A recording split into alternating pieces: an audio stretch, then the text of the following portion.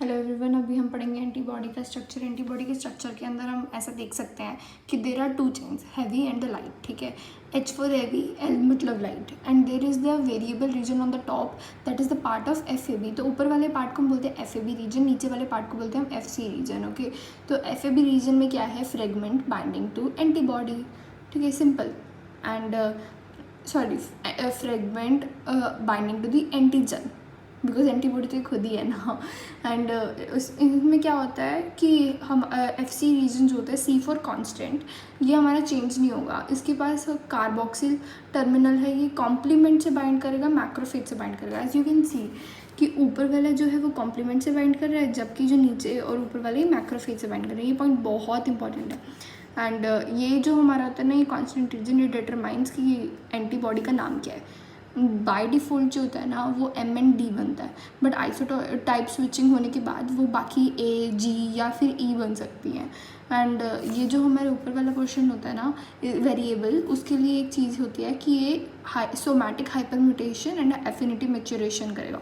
इसका मतलब क्या है कि चाहे वो कोई भी हो एंटीबॉडी, लेकिन वो एंटीजन से मैच्योरली बाइंड कर सकती है because of these two process. Isotype switching उसको और फर्दर, जैसे कि यू कैन से कि IgE है, it is very specific for some mast cell degranulation type 1 hypersensitive. तो देर इज़ अ समथिंग कि it reacts to particular antigens only.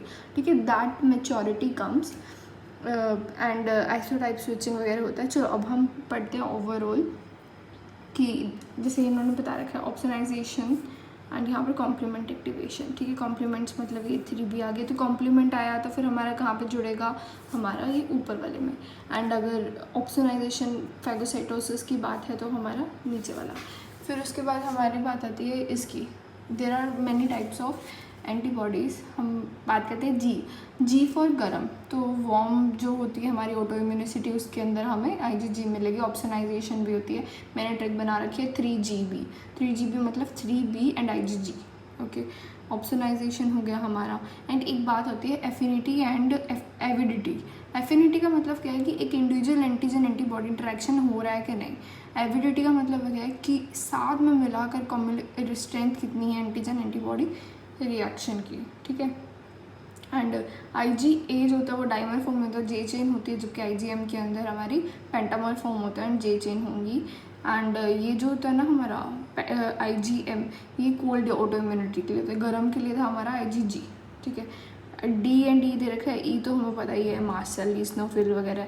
And जो D होता है ये आइसोटाइप में पहले ही हमारा ये ही बनता है। ठीक है, एंड इन्होंने एक बात बोल रखी है कि थाइमस पे ना independent antigen and the dependent. Independent वाले वो होते हैं जिसके अंदर प्रोटीन आ ही नहीं रहा। तो देर आर फ्यू एंटीजन्स जो लैक करते हैं पेप्टाइड बॉन्ड को, जैसे कि लाइपोसैकेराइड इन ग्राम नेगेटिव बैक्टीरिया। ठीक है, लाइपोलिपिड, सैकेराइड कार्बोहाइड्रेट। तो इन सब ऑर्गेनिज्म के कारण ना, जैसे स्ट्रेप्टोकोकस निमोनिया हो गया, उसे हमें बार बार बूस्टर चाहिए होता है बिकॉज मेमोरी इतने अच्छे से नहीं बन पाती।